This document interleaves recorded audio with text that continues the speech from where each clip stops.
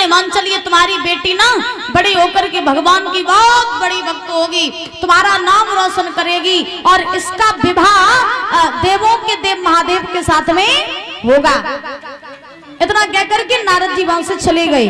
पार्वती धीरे धीरे धीरे धीरे बड़ी हुई और जब धीरे धीरे धीरे धीरे पार्वती बड़ी हुई तो महाराज बचपन से ही पार्वती के मन में भोले बाबा के नाम की लगन लग गई।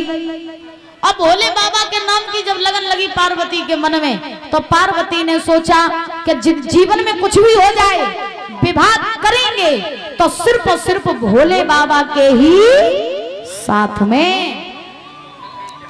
अब जब पार्वती ने सोचा कि कुछ भी हो जाए विवाह भोले बाबा के साथ में ही करेंगे।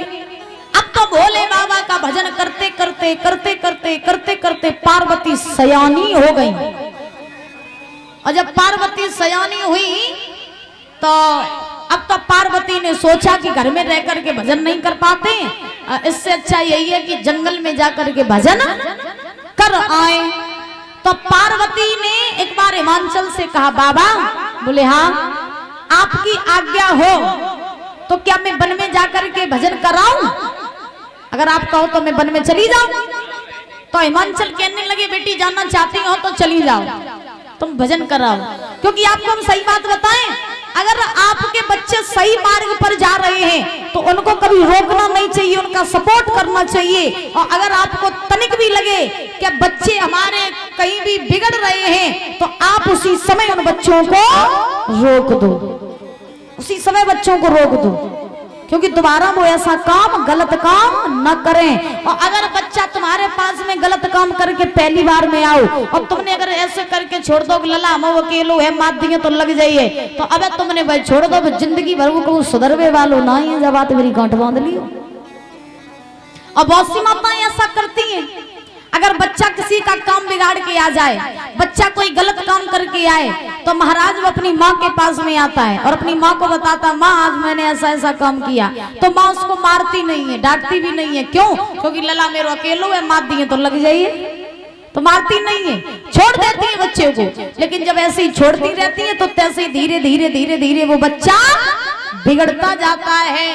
अगर बच्चा पहली बार में गलत काम करके आवे तो उस बच्चे को तुरंत एक तमाचा मारो और कहो, आज तूने जो काम किया सो किया, जिंदगी में अगर ऐसा काम किया तो मुझसे बड़ा कोई नहीं होगा।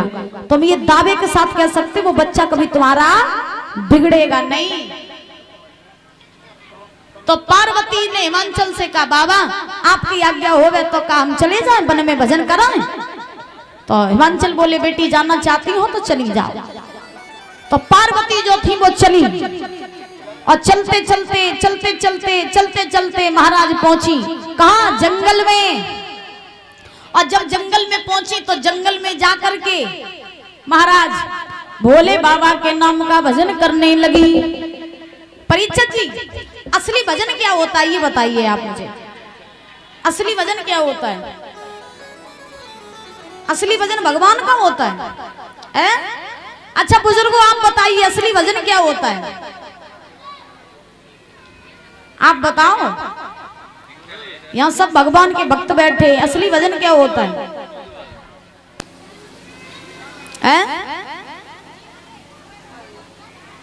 बताओ, नहीं पता? चलो हम बता रहे हैं। बहुत हम ये देखते हैं कि लोग भजन तो बहुत करते हैं लेकिन मुख से तो राम राम और आत्मा में कपट भरो है। मुख से राम राम और आत्मा में कपट भरो। पूजा करते जा रही, पूजा करती जा रही और सास ससुर पे चिल्लाती जा रही। मैया सही बात है, पूजा करती जा रही और सास ससुर पे चिल्लाती जा रही, बच्चों को मारती जा रही, पड़ोसन को गाली सुनाती जा रही और भजन करती जा रही। तो ये भजन होता है? ये भजन नहीं होता है। असली भजन क्या होता है? विद्वान कल्पना करते हैं, दादा सुन लेना बड़े ध्यान से, कि आदत बुरी सुधार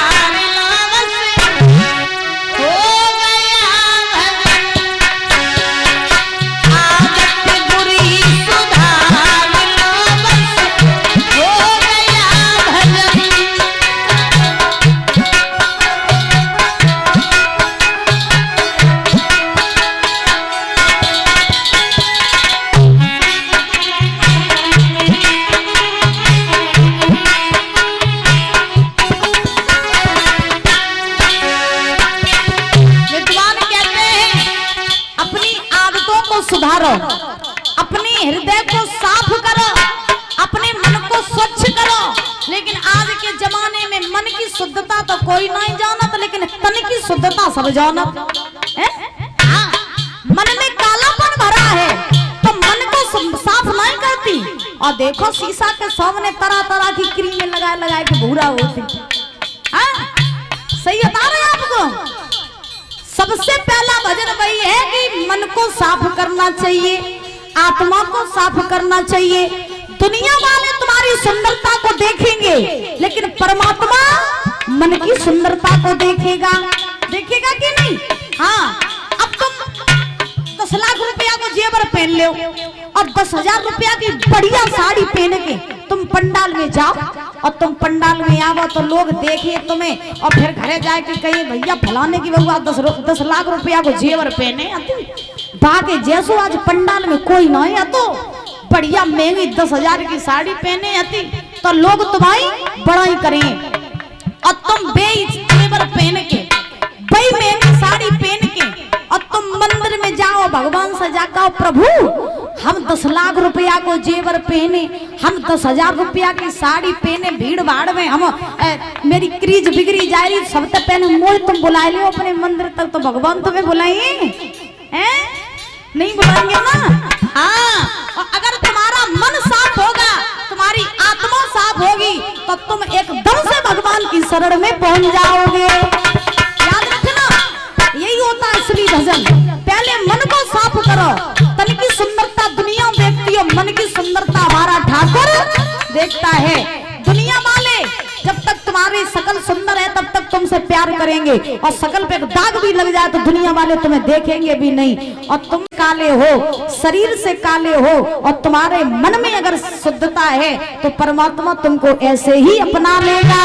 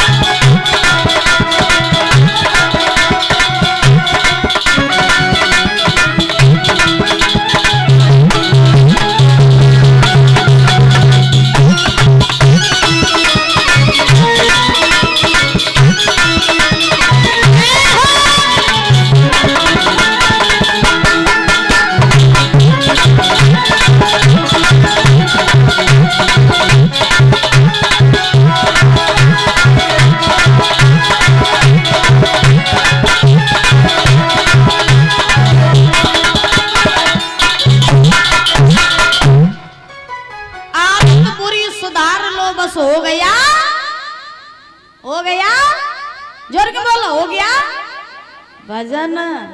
हाँ, तो मन को साफ रखो। तन की सुंदरता दुनिया देखती है, मन की सुंदरता हमारा भगवान देखता है, याद रखना। तो पार्वती जो है वो जंगल में गई, जंगल में जाकर के भजन करने लगी। और जब पार्वती ने भजन करना प्रारंभ किया तो पार्वती ने समाधि लगाई। और परीक्षित जी जब समाधि लगाई तो समाधि कहते किसे हैं बुजुर्गों? समाधि किसे कहते हैं? समाधि है जिसमें शरीर का सम हो जाना, जिसमें शरीर का शून्य हो जाना, उसे कहते हैं समाधि। और जब समाधि लगती है ना तो समाधि में मनुष्य खुद को भी भूल जाता है, याद रखना। जब समाधि लगती है ना तो समाधि में मनुष्य खुद को भी भूल जाता है, और खुद को भी भूल जाना उसे ही कहते हैं समाधि। अब पार्वती ने जब समाधि लगाई तो पार्वती खुद को भूल गई, घर परिवार को भूल गई, सिर्फ भोले बाबा को के ही मोहिनी मूर्त को अपने हृदय में बैठाल करके पार्वती जो है वो भजन करती जा रही है, करती जा रही है।